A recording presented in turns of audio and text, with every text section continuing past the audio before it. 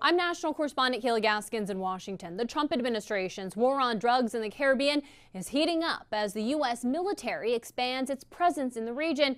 And now there are reports the fight could move from sea to land.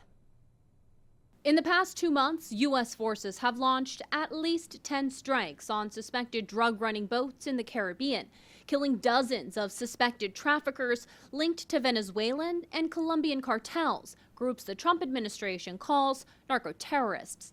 On Air Force One over the weekend, President Trump indicated land targets against Venezuela could be next in this war on drugs. I can tell you one thing, we stopped all drugs virtually from coming in by sea. And we'll stop all drugs from coming in by land very shortly. You'll see that starting.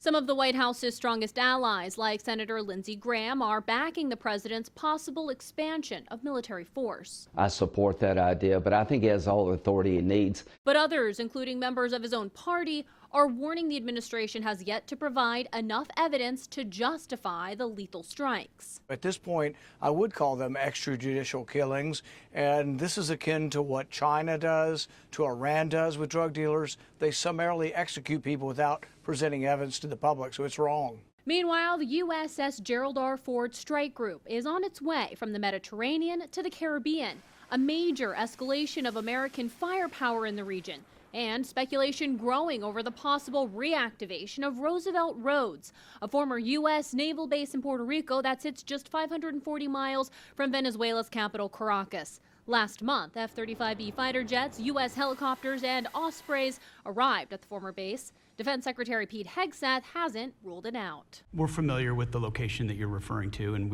we'll make sure that we're properly displaced in order to deal with the contingency we're dealing with there. Senator Lindsey Graham says President Trump plans to brief Congress when he returns from Asia on potential military operations against Venezuela and Colombia, possibly expanding the fight from sea to land. In Washington, I'm KOKH Gaskins.